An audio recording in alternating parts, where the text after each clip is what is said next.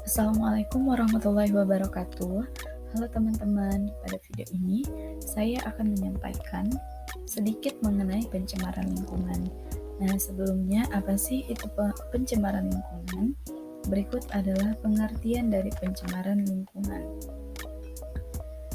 Pencemaran lingkungan adalah terkontaminasinya komponen fisik dan juga biologis dari sistem bumi dan juga atmosfer, sehingga mengganggu keseimbangan ekosistem lingkungan.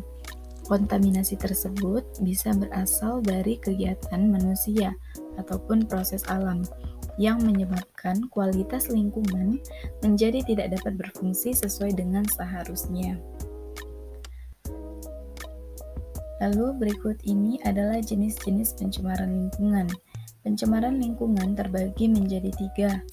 Yang pertama, ada pencemaran air, yang kedua ada pencemaran tanah, dan yang ketiga ada pencemaran udara.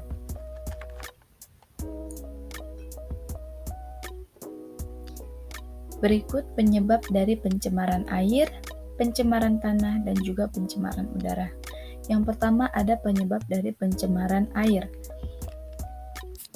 Penyebab dari pencemaran air yang pertama yaitu pembuangan hasil bekas limbah industri ke daerah perairan.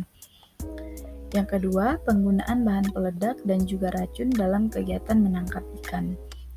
Kemudian penyebab pencemaran tanah. Yang pertama ada limbah domestik, yaitu limbah yang berasal dari kegiatan manusia.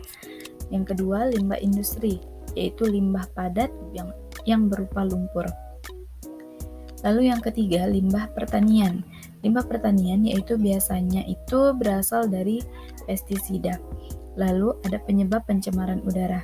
Yang pertama, bebasnya karbon monoksida atau CO dan karbon dioksida atau CO2 ke udara yang dapat berasal dari asap kendaraan, asap pembakaran atau kebakaran, dan juga asap rokok dan juga asap cerobong pabrik.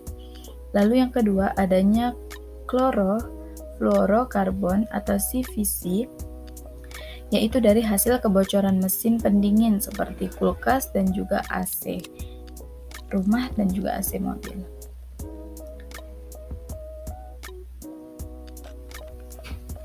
Berikut ada dampak dari pencemaran air. Yang pertama, dapat merusak ekosistem perairan.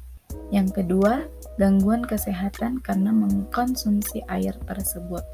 Yang ketiga, terjadinya bencana banjir dan juga tanah longsor. Lalu yang keempat, sumber air sehat bagi manusia dan juga makhluk hidup itu berkurang. Kemudian ada dampak dari pencemaran tanah. Yang pertama, turunnya tingkat kesuburan tanah. Yang pertama tadi turunnya tingkat kesuburan tanah, lalu yang kedua populasi tumbuhan dan hewan itu berkurang. Lalu yang ketiga terjadinya polutan tanah.